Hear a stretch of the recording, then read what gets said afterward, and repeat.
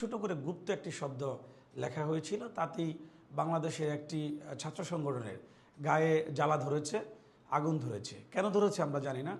আমরা আসলে শিবিরকে গুপ্ত বলতেও চাই না। কেন বলতে চাই না? কারণ হচ্ছে তাদের যে লেবাস, তাদের যে সুন্দর মুখের দাড়ি, তাদের যেই সুন্দরভাবে আপনার মুফতি মুহাদ্দিসের মতো তাদের যেই ধরনের একটি অ্যাটিটিউড, এবং আপনি দেখবেন তাদেরকে খেয়াল করে তারা প্রায় সময় জান্নাতের টিকিট বিক্রি করে। আপনি দেখবেন প্রায় সময় শিবিরের সাবেক প্রেসিডেন্ট সেক্রেটারি ছিল, যাকেও যে আপনার মাইক মাসুদ বলা হয়, সেও দেখবেন এমন সুন্দর সুন্দর কথা বলে, মনে হয় যেন ঠিক পাক্কা আল্লাহর উলি। এই আল্লাহর উলিদেরকে আপনি কীভাবে গুপ্ত বলবেন? আমার তো মাঝে মাঝে মনে হয় আমি কি পাপ করছি কিনা। আমার মাঝে মাঝে মনে হয় আমি যদি তাদেরকে গুপ্ত বলি আমরা, তাহলে মনে হয় আমি জাহান্নামের ভাগিদার হতেও পারি। আল্লাহ মাফ করুক। তো তাদেরকে আমরা কীভাবে গুপ্ত বলি? তাদেরকে গুপ্ত বলার পরে মাঝে মাঝে আমার রাতে ঘুম হয় না। এদের মতো আল্লাহর উলিদেরকে আমরা কীভাবে গুপ্ত বলি? এদেরকে আসলে গুপ্ত না বলে আমরা আরও কিছু ভিন্ন নামে আমরা রাখতে পারি।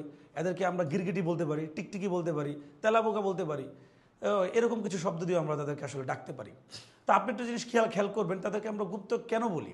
আমরা তাদেরকে গুপ্ত বলি এই কারণেই, আপনি যদি দীর্ঘ 15 বছরের দিকে খেয়াল করেন, ছাত্র শিবিরের কোনো কমিটি আপনি দেখবেন না আত্মপ্রকাশ করছে। সুতরাং তাদেরকে আপনি গুপ্ত কেন বলবেন না?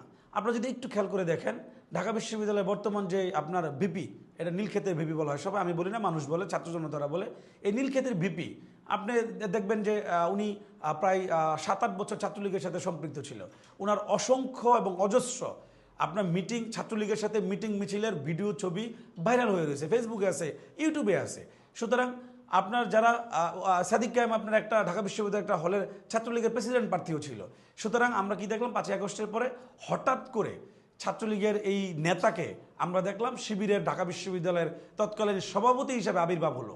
আমরা কি দেখলাম, বাংলাদেশের প্রত্যেকটি ক্যাম্পাসে, প্রত্যেকটি বিশ্ববিদ্যালয়ে, প্রত্যেকটি কলেজে আমরা দেখলাম আপনার সাধারণ শিক্ষার্থীদের ব্যানারে আপনার ক্যাম্পাসগুলোতে ছাত্র রাজনীতি নিষিদ্ধ চাইল। যারাই সাধারণ শিক্ষার্থীদের ব্যানারটি কাজে লাগিয়ে এবং কলঙ্কিত করে ছাত্র রাজনীতি নিষিদ্ধ চাইল, আমরা দেখলাম তারই 1 মাস পরে, তারই 15 দিন পরে, তারই 1.5 মাস পরে প্রতিটা বিশ্ববিদ্যালয়ে, প্রতিটা কলেজে আমরা দেখলাম কি তারাই শিবিরের হয় সভাপতি না হয় সেক্রেটারি। তাহলে আপনাদেরকে কেন গুপ্ত বলবেন না? আমরা আপনাদের মাধ্যমে দেশবাসী এবং বাংলাদেশ জাতীয়তাবাদী ছাত্রদলের পক্ষ থেকে আমরা বলতে চাই, বাংলাদেশে আর কোনো গুপ্ত রাজনীতি চলবে না। ছাত্র শিবিরের যদি রাজনীতি করতে হয়, তাহলে অবশ্যই তাদের সকল কমিটিগুলো, সকল ক্যাম্পাসের কমিটিগুলো তাদেরকে প্রকাশ করতে হবে, প্রচার করতে হবে। তারা যদি প্রত্যেকটি কমিটি প্রচার করে, প্রকাশ করে রাজনীতি করে, আমরা তাদেরকে গুপ্ত বলবো না। তারা কেন প্রচার করে না, তারা কেন প্রকাশ করে না জানেন? তারা প্রকাশ করে না এই কারণেই, দীর্ঘ 15 বছর তারা ছাত্রলীগের, আওয়ামী লীগের লুঙ্গির নিচে ছিল, ছায়াতলে ছিল, ছায়াতলের থেকে তারা রাজনীতি করেছে। রাজনীতি করার কারণে আপনি দেখবেন তাদের বিভিন্ন নেতৃবৃন্দর ছাত্রলীগ এবং আওয়ামী লীগের বড় বড় পদ ছিল। তারা যদি আজকে কমিটি প্রকাশ করে, আপনি দেখবেন হয় আওয়ামী লীগের আর না হয় ছাত্রলীগের সাবেক কোনো বড় পদধারী নেতা শিবিরের ছিল।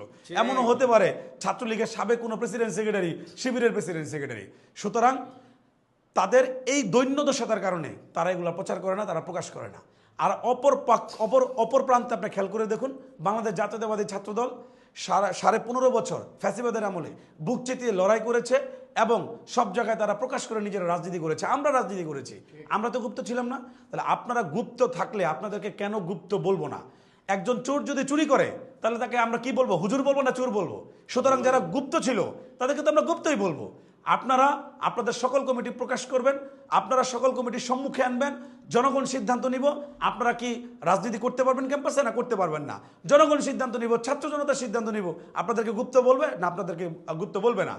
আমরা আপনাদের মাধ্যমে আজকে আরেকটি দাবি জানাতে চাই আইন শৃঙ্খলা বাহিনীর কাছে। ছাত্রলীগের 15.5 বছরে সকল প্রকার অপকর্মের বিচার অতি দ্রুত শুরু করতে হবে।